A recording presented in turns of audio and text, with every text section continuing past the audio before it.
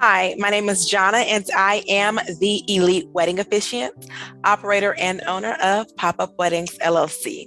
So today we are going to be showing you, or I'm going to be showing you, how to apply for a certified marriage certificate. So let me go ahead and share my screen. Okay, here, let's see. So you all see this right here. It's going to be super quick. I'm going to get my text prepared. One second. And then we're going to go ahead and begin. So let me move this out of the way because this is like all in the way.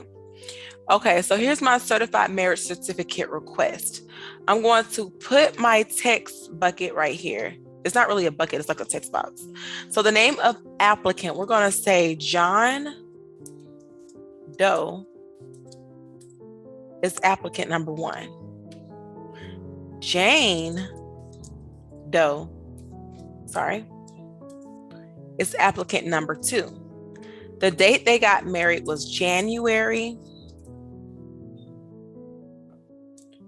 15, 2021. Let me try to move that up. Oh, it's all over the place. Let me see. Can that move? No, it won't, but it's okay. And then the number of copies requested, let's just say it's going to be 2. So this is literally how the certified marriage license request looks. Just like this. You see where it says it is $10 per copy. See, it really is only $10 per copy, and we're going to purchase 2, so that's going to be $20. You will hand this copy of this paper right here and to Rockdale County Probate Court or whichever probate court you go to, and they'll hand you your certified marriage certificates or licenses right there. So that was super quick and super easy.